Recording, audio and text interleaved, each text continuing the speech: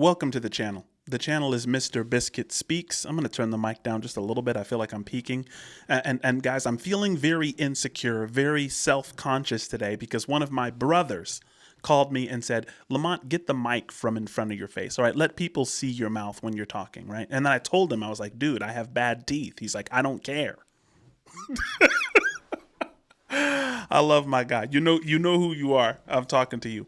But now that, I feel like, I came into this with the spirit of transparency, right? It's like, I want to be seen. I don't want to hide my face or my mouth because, I'm, a little bit self-conscious about my teeth. And so self-consciously, my brain was like, just wear totally white, just blind everybody. And so now I'm all, self-conscious about my image. Guys, how do I look? Just white on white, with the white cap. I'm going for it. And let me know, if I should dial in the image or whether you guys don't care. I'm willing to put cheese on the broccoli, so to speak. Okay, look, we are REN chapter 4, I believe, at this point. I believe we are at REN chapter 4. No, I'm not right. REN chapter 5. All right, so guys, like and subscribe and share. Definitely become a member. We have Epiphany members and Insight members. Join the book club. I believe we're on chapter 5 of Animal Farm. We're doing REN's chapters, so it's hard to keep both of the chapters in line. But with no further ado, guys, let's take a look at REN chapter 5.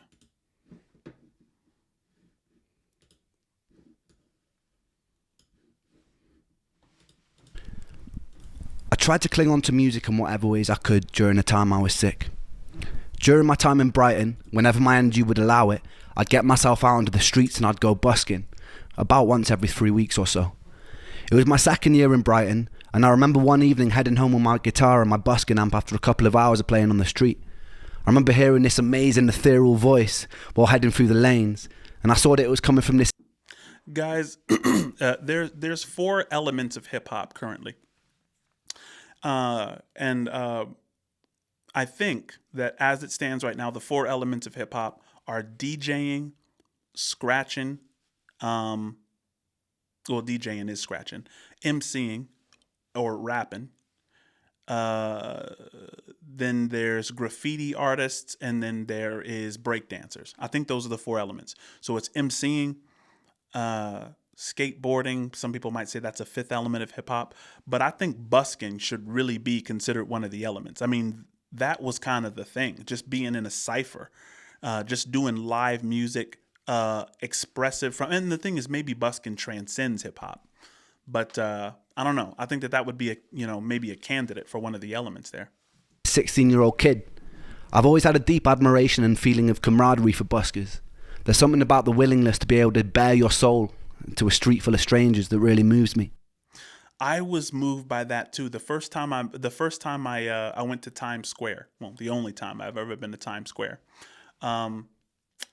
We got off of the subway, and before you actually climb the stairs to get to the main street, there's just this underground, it's like where everybody's kind of getting their tickets to kind of get on the train, and you see busking everywhere with people of various talents, various commitments to their craft, and it was just really, really beautiful to see people just bearing their souls in music that they've written, just singing it out to you as you get off the train. Right? It's like, who are these people? What are their backgrounds?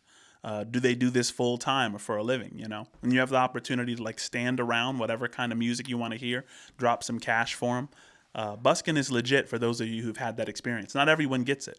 There's something about the willingness to be able to bare your soul to a street full of strangers that really moves me. I noticed that the kid didn't have an amp. He was singing totally a cappella, but you'd only hear him if you were within a few meters of him. I knew from years on the street and singing a cappella than myself that an amp can change everything. I had this compulsion to offer him mine. I approached him and I told him that if he plugged in and sang while I played guitar, the whole street would stop in its tracks. And I was right. His voice soared across the street and people started stopping. REN has an incredible spirit, and by saying that, it sounds like a cliche. Oh, he has an incredible spirit. And I'm not trying to be artistic. I mean, the way of being. Whenever I say spirit, I mean way of being. I mean the patterns of his life, right? He's always reaching for that sense of adventure. You know, he stops this kid and he's like, hey, look, if I hook this up, you know, people would stop in the street. That would be intimidating to a lot of people, to have somebody, you know, who say, hey, let's dial this up in real time, right now, immediately. I love the spirit of this guy. Do you know what I mean? Not long after, we had the whole street's attention. Something quite magic was happening. This was the first day that I met Sam Tompkins, someone who would be integral to my whole life changing later on. Wow. He had a friend with him, this guy called Connor Honeyset, who would later go on to be my manager. For now, they'd just be a couple of teenagers that I'd have to help out on my way home. It's funny how life works like that. It is funny how life works like that, right? There is a you waiting on the end of all of your choices. You know, I don't know if this is necessarily within the, you know, the Everettian hypothesis in quantum mechanics, but essentially the idea is that there's multiple universes, right? And you're doing slightly different things in every one of them. And so any aspirational project has a higher being at the end of it. So if I say I'm going to go to the gym, I'm going to get a six-pack. In order to do that, I have to imagine the Lamont or the biscuit. My name's Lamont, by the way. I have to imagine the Lamont that has the six-pack, right? In order to take on the aspirational project, I have to be in correspondence with the goal state, right? So it's a phenomenal thing how life works out like that. You know, you just meet some guys on the street and there you are. You're on this new trajectory toward who you're going to be in the future. I kept up to date with what Sam was doing on social media. There was a part of me that felt like his successes allowed me to live vicariously through someone else who lived an alternate reality where I never got sick. He was getting videos on SBTV, writing and featuring with some amazing artists, and there were quite a lot of similarities in our writing styles, and all at such a young age. I wasn't really able to do any of that stuff at the time. I was mostly bedbound with the exception of the odd day that I'd be able to go busking. It could have been very easy for that feeling to turn into jealousy. I was just about to say that. How did that not turn into jealousy? You seeing someone living the life that you're only unable to live because of your illness? That's, yeah. But it never did. I felt truly proud of him. Very easy for that feeling to turn into jealousy, but it never did. I felt truly proud of him. Years later, we go on to write a song together called Blind Eyed, which would transform the trajectory of my whole career. During this time, I was still desperately jumping from one treatment to another treatment. And now that my diet had become more limited, I was trying new diets with no luck. As the options in the alternative health world started to dwindle, I started searching for answers in the divine. In the former years, I had moments where I found myself sitting in churches, talking in tears to whoever might be listening, or experimenting with energetic healing modalities like Reiki. With time, my searching started taking even more unusual turns. Guys, Karl Marx said religion is the opiate of the masses. And by opiate, he meant medicine. Religion is the opiate of the people. Is it religion is the opiate of the people, or is it religion is the opiate of the masses? Give me just one sec to consult the oracle. Because if I'm misquoting Marx, then none of it matters. Did Marx say religion is the opiate of the masses?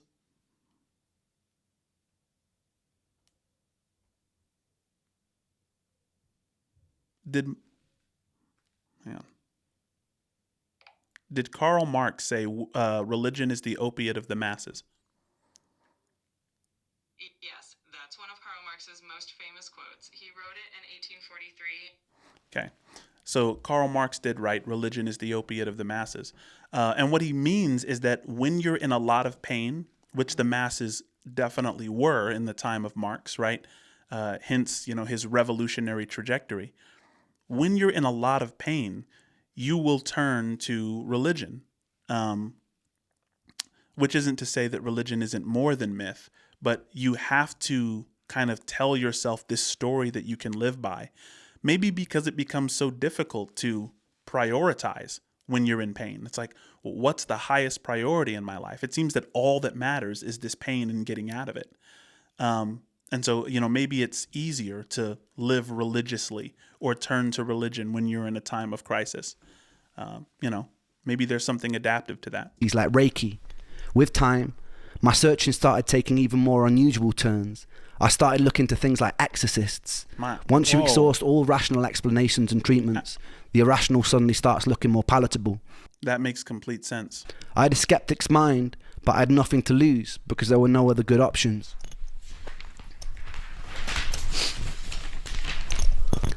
My friend Momoko's mother was from Japan. She aligned herself with a sect of Buddhism called the Nichiren Daishonin. They would chant a... Oh, no. You gotta be kidding me. The Nitaran Buddhists changed my life. Guys, I swear, I've talked about it in several videos. The Saku Gakkai Temple in Colorado Springs. I was a Calvinist, and I walked into that temple trying to change them into Calvinist. That's how arrogant I was at the time. My role was to go in there and to change all of them and make them believe that Jesus Christ is the only savior. So I go into the Saku Gakkai Temple, and these Nichiren Buddhists, and they're chanting Nam Myoho Renge Kyo, Nam Myoho Renge Kyo, Nam Myoho Renge Kyo. What's fascinating is that they have space rented in the Hilliard Library before we come in. And so whenever I, do wisdom school at the Hilliard Library, we hear them, Nam Myoho Renge Kyo. It's kind of this, it's serendipitous, as Ren says in chapter 2. It's kind of one of those signs that you might be in the right place. So I'm fascinated by the fact that he just mentioned the Nichiren Buddhists because they played a giant role in changing my life. So this is fascinating. My friend Momoko's mother was from Japan. She aligned herself with a sect of Buddhism called the Nichiren Daishonin. They would chant a repeated phrase over and over again while holding prayer beads. The chant would go, Nam Myoho Renge Kyo, Nam Myoho Renge Kyo, Nam Myoho Renge Kyo, over and over again. Its intention was to align you with your innate Buddhahood, to cleanse you of any bad karma and put you in alignment with your true destiny. Guys, if you have any Nichirens in your area, I'm in Spokane now, so I really should go visit these Nichirens who do this chant at the library before we do wisdom school and just let them know how much they meant to me. But if you, the only reason I paused it again to talk about this is that if you sit in this circle with them and do this chant, it feels different when you speak to them afterwards. There's something about doing that chant over and over again and hearing the different harmonies of the different voices. So there's male voices, there's female voices, there's voices of children, right? And they're all doing this together such that when it's over and someone speaks to you, you can almost feel their speech. And guys, I'm telling you, I wasn't high. It's an incredible thing that they do. Align you with your innate Buddhahood, to cleanse you of any bad karma and put you in alignment with your true destiny on earth, to find peace, to find tranquility. Momoko's mum gifted me with my own set of beads, and I began to chant every morning. Eventually I joined a group in Brighton after a serendipitous meeting with an incredibly eccentric, bright colourful suit-wearing piano tuner. He spotted my beads and he grinned at me and he pulled out his own. We'd sit in a small group and we'd chant for hours sometimes. There was something comforting about trusting the course of my life and illness to an incomprehensible power outside of myself. I spoke openly in these meetings that I loved feeling part of something, but that I really struggled saying with certainty that I believed in it. This was the issue I faced with every religion I temporarily aligned myself with looking for answers. Something in me couldn't bring myself to take ancient texts as gospel, all too aware of how man twists so-called spiritual doctrines to suit his own power-hungry pursuits. I wanted divine proof. I sometimes screamed at the sky or the waves and begged for it. I was answered with sickness. If there was a creator, I was angry with it. The irony was that I envied people of faith. I felt like people who truly trusted themselves to a higher power seemed to possess a level of calm and acceptance that I didn't. One of my stranger encounters was going to see a shaman. The shaman, of course, was a middle-aged white woman in a quite nice-looking cottage in Brighton. I love how he said the shaman, of course, was a middle-aged white woman in Brighton. This is not what you think of when you think about, the early Paleolithic transition, where sages, were people who would dance around fires and wear bearskin, right? You don't necessarily imagine that the spirit of the sage is going to show up with some middle-aged white woman in Brighton. But, of course, there are middle-aged white women in Brighton that I'm sure are sages. That's a really funny way of putting it. Of course, was a middle-aged white woman in a quite nice-looking cottage in Brighton. She told me to lie down, and she proceeded to lean over my body and made noises like coughing up phlegm while speaking an unknown ancient language that seemed to include whistling noises. After about 20...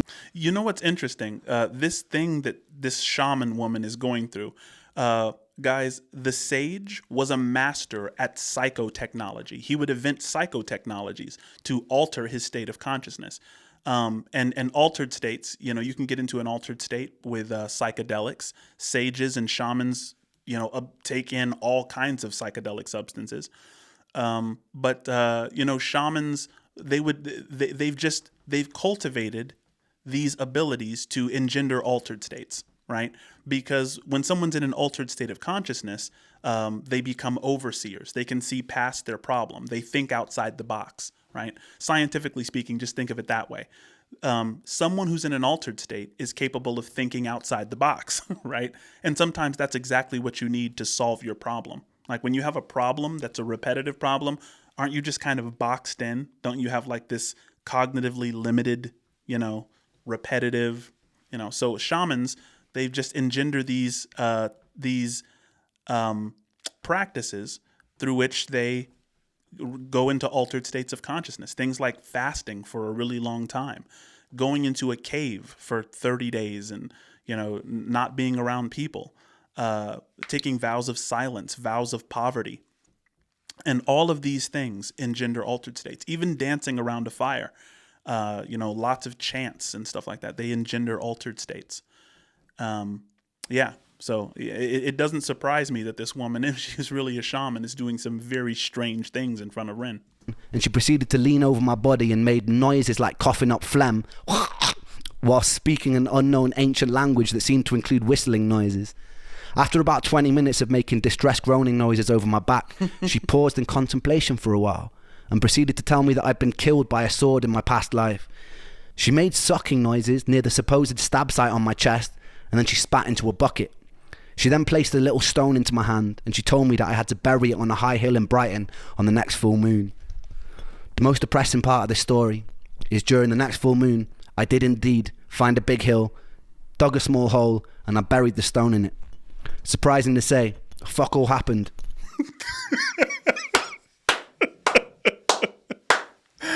Guys, this was Ren is experiencing the same annoyance as the Greeks did in Athens when they spoke to the Delphic Oracle. This oracle would be in a cave doing all kind of psychedelic substances, and then you would go to them to solve this really complex and repetitive problem. Well, the problem with the Delphic Oracle is that they would look at you and they would say something really obscure, like, let's say you ask the Delphic Oracle, will I ever find love in my life? The Delphic Oracle was likely to say something like, behind the rainbow's end, Saturn eclipses the little rabbit. And you're supposed to assume whatever that means. I guess look out for rabbits, watch out for rainbows, right?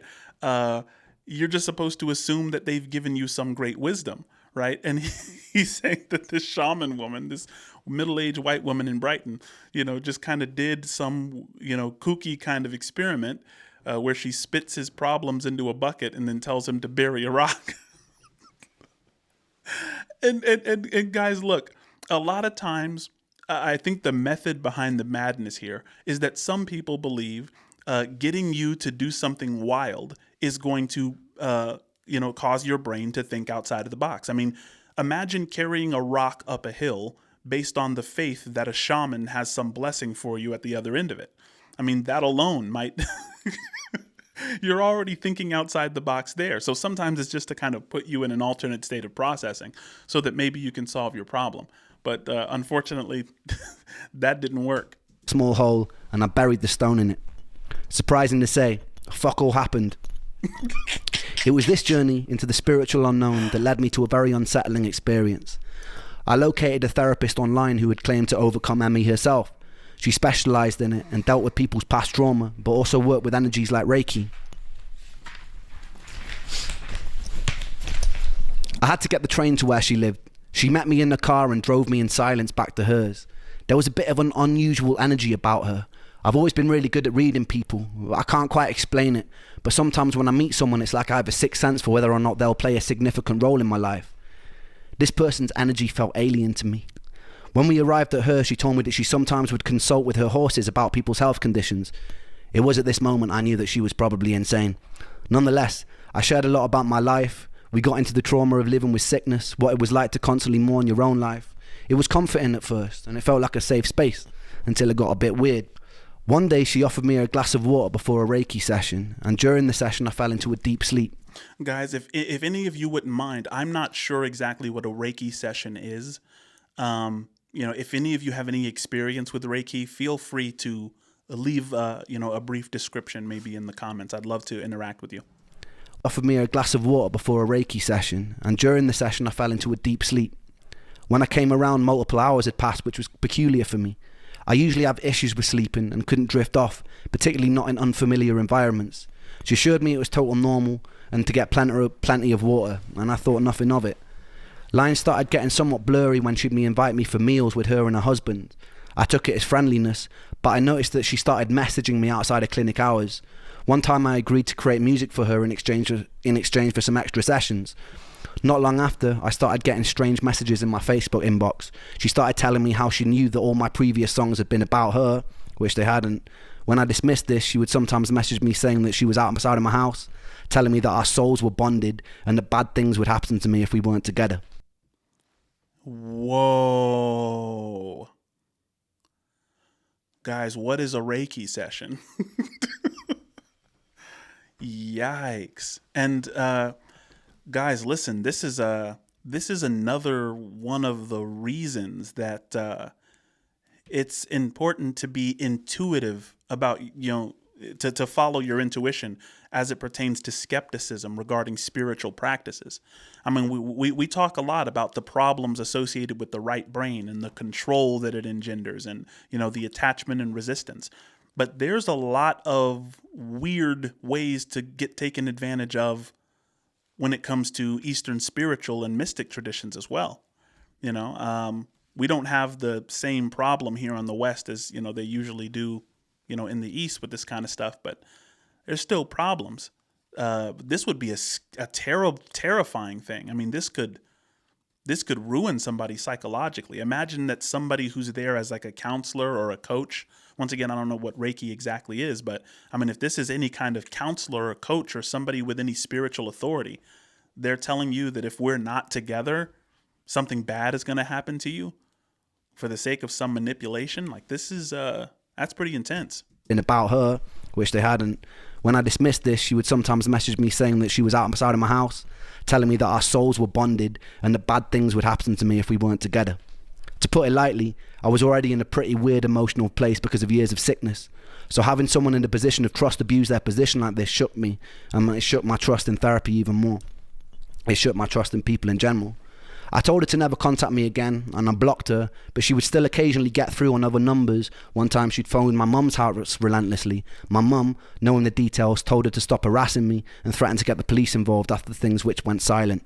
Guys, thank God that REN was a rational enough person at this moment to realize that this was abuse. I mean, geez. Imagine how many people that therapist might have taken advantage of. Thank God REN didn't just blindly trust this woman and whatever future she had designed for him. That's a really scary thing. This was also the year that I met my second ever girlfriend, who I'd later be engaged to for a short amount of time.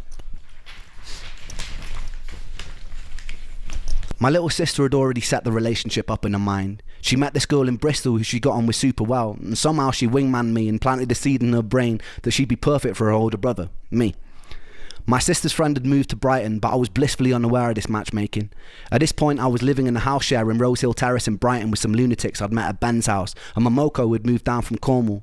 The house was only meant for 2 people, but Momoko and I had pretended we were married and pretended that we were going to have a baby to be able to get it. As soon as the deed was signed, we moved in with about 5 other friends, one living in the living room, one in the attic, one in the study, one in the conservatory. It's safe to say rent was pretty fucking cheap. One night my friend Luke was throwing a party and she rocked up with a few of her friends. My sister had pretty good taste in girls and I had a crush on her instantly. At some point in the night we both ended up lying on my bedroom floor on a bunch of sofa cushions while about 6 other people were sleeping in various places in my room, one somehow in the upper compartment of my wardrobe. True story. She asked me to tell her a bedtime story.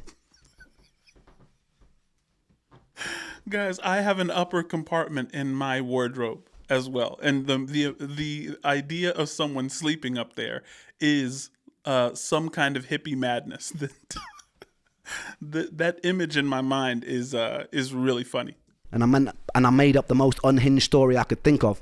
By some sort of miracle, she found my madness endearing, and we ended up kissing a lot and staring into each other's eyes till we fell asleep. It's strange navigating a relationship when you're sick. I couldn't go out to eat at restaurants because I was allergic to everything. I didn't have the energy to do most normal things that couples do. Some days I'd be so full of brain fog that my personality disappeared, and it was hard to explain that to someone without them thinking that maybe you were just being a bit off with them. I think losing Joe, losing Callum, losing the record deal, losing my last girlfriend, it had all made me wary of getting attached to good things. Quite a lot of my illness made me feel ugly. There was a in the medieval period, rates of death among newborn children was so high, infant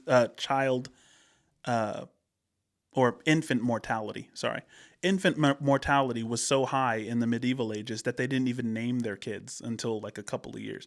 Fact check me on that.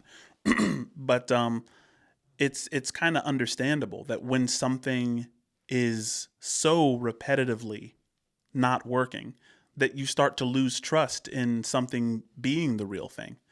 You know, that might be another one of the difficulties with being a depressed person, is that, you know, it's like, man, so many people are unable to really read what I'm going through, and I'm so unable to make people understand the difference between a depressive episode and how I feel about them, that it's difficult to put trust in good things in the future, that those things will stay around.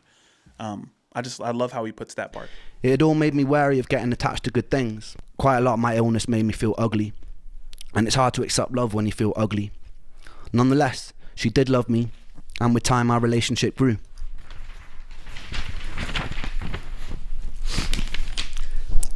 It was around this time I was contacted by a woman called Jennifer Brier, an incredibly inspiring woman whose journey seemed to parallel mine. She was an incredibly ambitious PhD student at Harvard who one day was struck down by a mystery illness that confined her to a wheelchair. She spent most of her life tirelessly searching for a way out. She was doing a Kickstarter to raise money to make a film called Canary in a Coal Mine. It would later go on to be renamed Unrest, and it would go on to win multiple awards, and it's still watchable on Netflix to this day. It's an incredibly important and very moving documentary about the horrors of living with ME. I recommend everyone checks that out. That's definitely on the bucket list. I'm gonna check that out tonight. At the time, I started health blogging. I created a series of video diaries that I named Me versus ME. It would be a video document of my various trials with different alternative treatment approaches, and generally a look into the life of someone with a chronic illness. I didn't know it back then, but those videos would save my life. I guess I was occupying a place that was needed, as quite quickly many people in the chronic health communities gravitated towards my videos. Every day, I'd be sent messages telling the stories of the people who had fallen in between the cracks in the floorboards. There was heartbreaking stories. Stories of frustration and confusion. People mourning the people that used to be. Some who were new to this world. Some who had been there for decades. I tried to help them in whatever way I could. I tried to comfort people. In my own little way, I became somewhat of a spokesperson for the voiceless. I felt their pain like it was my own. Guys, and there's something so healing about that. Because now you understand that instead of an isolated human being, you're a common way of being. it makes you feel a lot less isolated when a community says, hey, we've been experiencing the same thing at different levels and capacities. You don't feel as isolated, and that's its own form of healing. The way I became somewhat of a spokesperson for the voiceless, I felt their pain like it was my own. This new pursuit gave me a sense of purpose that I desperately needed. Without purpose, I felt useless. I made a lot of friends, and I'd write to them on a daily basis. Some of those friends died. Some of those friends decided to take their lives, and they were wicked people. I talked to them a lot. It was this that ultimately made me decide to stop, but that wouldn't be until years later. I'm sorry, guys. I think I might have missed something. I made a lot of friends, and I'd write to them on a daily basis. Some of those friends died. Some of those friends decided to take their lives, and they were wicked people. I talked to them a lot. It was this that ultimately made me decide to stop, but that wouldn't be until years later. Immersing myself in the horrors of this illness and trying to carry some of the weight for the others while I still wasn't strong enough to carry my own eventually took its toll. Jen Brier had found my videos and she asked me to make a song for her documentary. I was honoured. I wrote a song called Patience. I'll leave you with a video taken at a time to finish off this chapter. And I've learnt some lessons that will be so valuable for like, so it's a blessing and a curse being this ill, because it's completely changed me. Like it's turned me from a little cocky teenager into somebody who's quite this, I guess, prepared for things now. Like I feel like once I've gone through this, I'll throw anything at me and it'll be okay. But at the same time, as much as I see it as a blessing, I hate it. I do hate it. I think it was Thomas Edison that was like, I haven't failed, I've just found a thousand things that don't work. Which man, the love-hate relationship, and this was so long ago that REN recorded that video, and he still identifies that pig.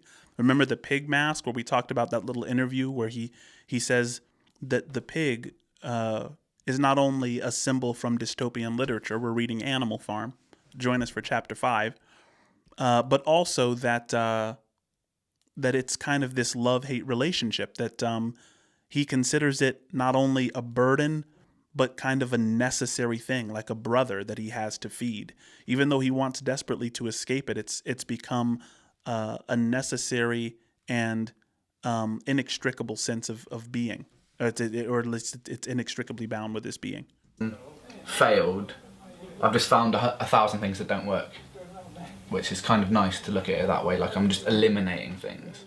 But it really challenges my mind, and yeah, it's just gotten to the point where I'm spending, I'd say, like 95% of my life in a bedroom, which kind of sucks, because my mind is in such a different place in my body.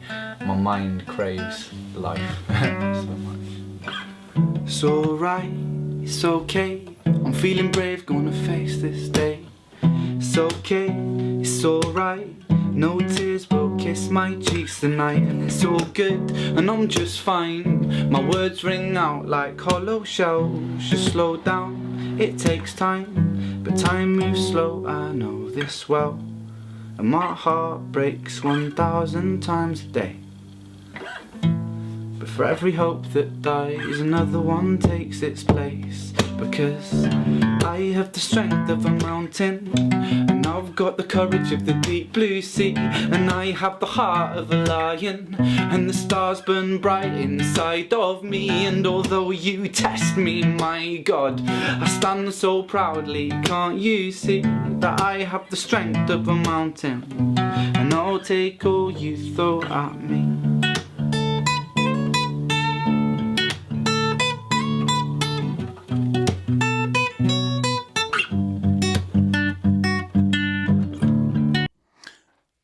Guys, it's important to speak as if, I think scripture says, speak things that are not as though they were, which the shallow interpretation seems like just lie.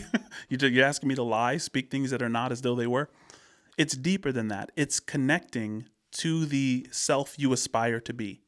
And it seems like in that song, even though he's in pain and even though he doesn't agree with things and has a lot of bitterness maybe and resentment, that he's reaching out to the REN that he aspires to be in the future, right? And that's kind of the beauty of music and poetry, that you're able to just connect to that higher being, even if that higher being is just yourself on the other side.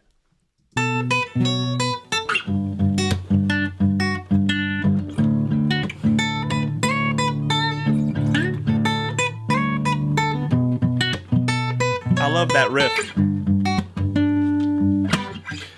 This world is quite scary, I know that 'cause I've been here for some time. But all that prepares me for a day when I can truly shine. 'Cause I've been so broken, and picking up fragments of myself, I'll glue them back together so I can stand at the edge of this world and yell that my heart breaks 1,000 times a day.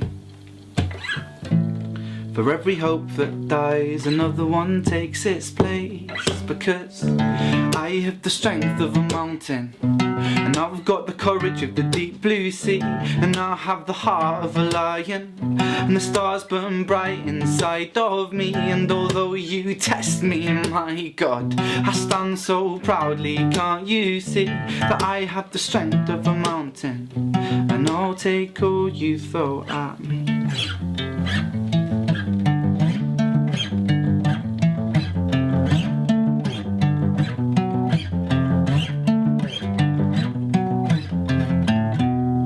Dust the cobwebs off this sheath,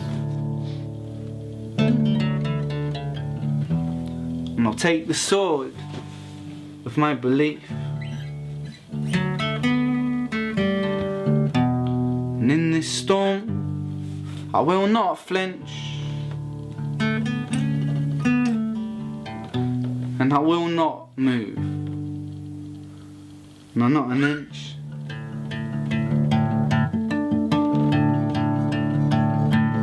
Because I have the strength of a mountain, I've got the courage of the deep blue sea, and I'll have the heart of a lion, and the stars they burn bright inside of me. But although you test me, my God, I stand so proudly. Can't you see I have the strength of a mountain, and I'll take all you throw at me.